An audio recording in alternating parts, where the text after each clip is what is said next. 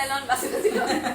সাইরা সাইরা বাচ্চা বাচ্চা loan KG আমার 100 কাশ্মীর বাপের বাড়ি তো এখানে মনে করেন কোন জায়গায় কাশ্মীর এই জায়গায় রফবাদ রূপবাদ ওর আব্বু আবার আপনার মানিকচুরি বিশাল বড় পাহাড় পুরো পাহাড়ে কিনা নিছে ওইখানে আবার আমের বাগান করছে লিচুর বাগান করছে কাঁঠালের বাগান করছে তো নিজের গাছের আম পাঠাইছে আমাদের জন্য এবারই প্রথম কেননা আমার ছেলের বউ আনছি তো 1 বছর হয় নাই গত